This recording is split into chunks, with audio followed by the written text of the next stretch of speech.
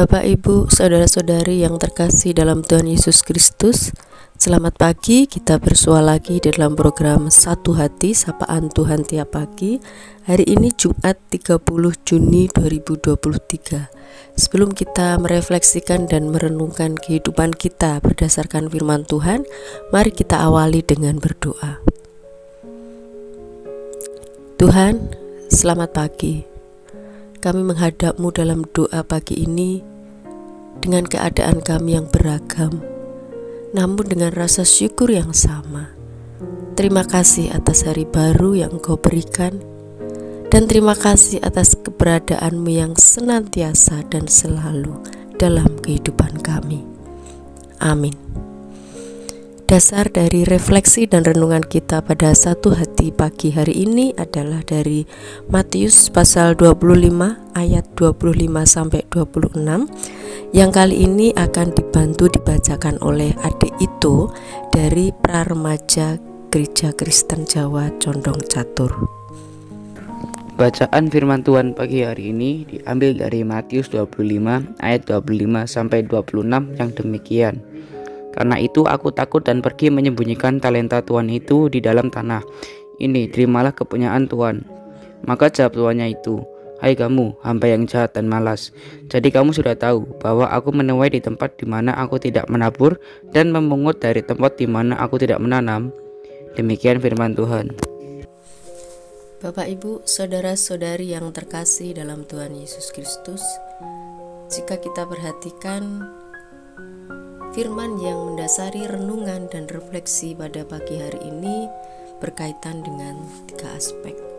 Yang pertama yaitu terkait dengan adanya karunia dan anugerah yang diberikan oleh Tuhan. Yang kedua terkait dengan bagaimana kita menggunakan karunia dan anugerah itu. Dan yang ketiga adalah perhitungan, yang dalam hal ini bisa kita artikan sebagai dampak yang dirasakan atas bagaimana kita menggunakan anugerah dan karunia itu. Ketika saya membaca firman Tuhan hari ini dan juga dibantu juga dengan ayat-ayat yang sebelumnya dan sesudahnya, yang saya rasakan adalah adanya satu penyesalan. Mungkin Bapak, Ibu, saudara-saudari pernah atau beberapa kali merasakan penyesalan. Penyesalan bisa berkaitan dengan hal yang jangka pendek, yang penyesalannya itu kita rasakan cepat. Misalnya kita menyesal karena tidak bisa menggunakan waktu dengan baik, atau kita menyesal karena dalam sebulan ini kita tidak bisa menggunakan rezeki dengan baik dan bertanggung jawab. Tetapi penyesalan juga bisa berkaitan dengan hal-hal yang sifatnya jangka panjang. Jadi bagaimana dampak dari tindakan kita atau perhitungan atas pertanggungjawaban kita itu kita rasakan dalam jangka waktu yang lama. Saya akan lebih menyoroti terkait dengan penyesalan yang kedua dalam jangka waktu yang lama. Hal ini mengingatkan saya kepada ayat lain terkait dengan hakikat dan tujuan dari keberadaan kita sebagai anak Tuhan, atau hakikat dari kita diciptakan oleh Tuhan dalam kitab Kejadian. Kita perlu merubah mindset dan sudut pandang kita selama ini, di mana di dalam penciptaan dikatakan manusia adalah ciptaan Tuhan yang paling utama. Dalam Kejadian juga disebutkan kenapa manusia disebut sebagai paling utama, antara lain adalah karena dilengkapi dengan akal budi yang sempurna.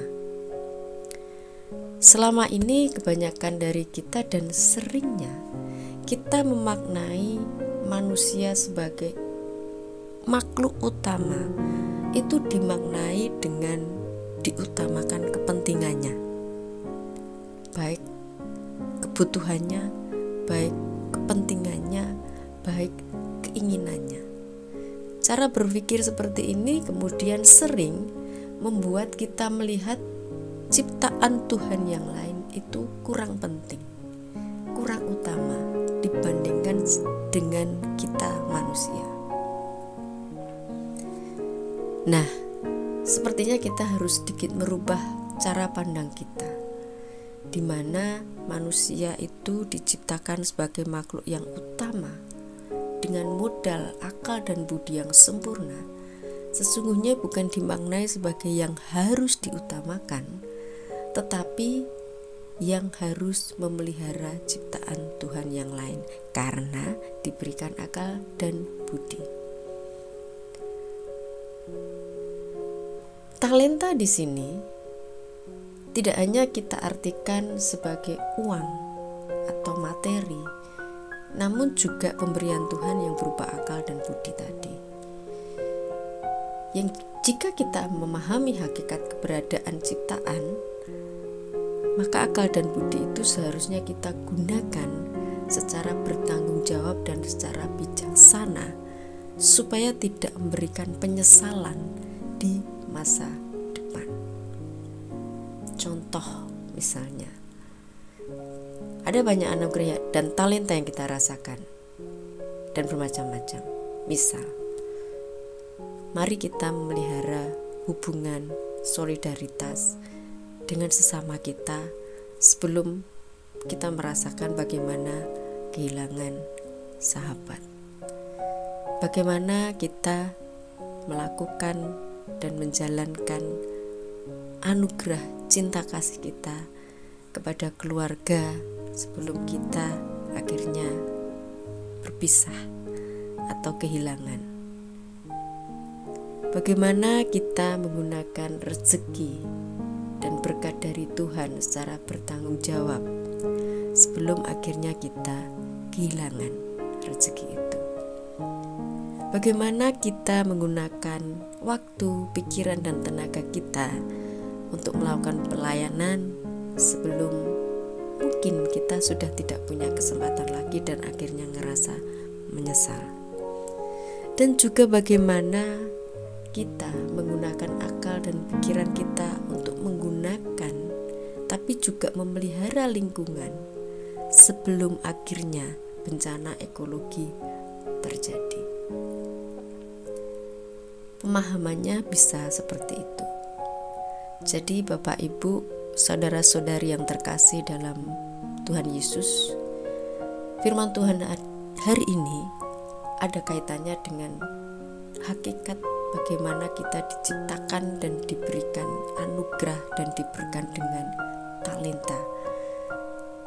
Keberadaan kita sebagai makhluk Tuhan yang paling utama dan sempurna bukan untuk diutamakan, tetapi bagaimana kita bisa menggunakan akal budi untuk memelihara ciptaan yang lain dan memelihara hidup kita sebaik-baiknya.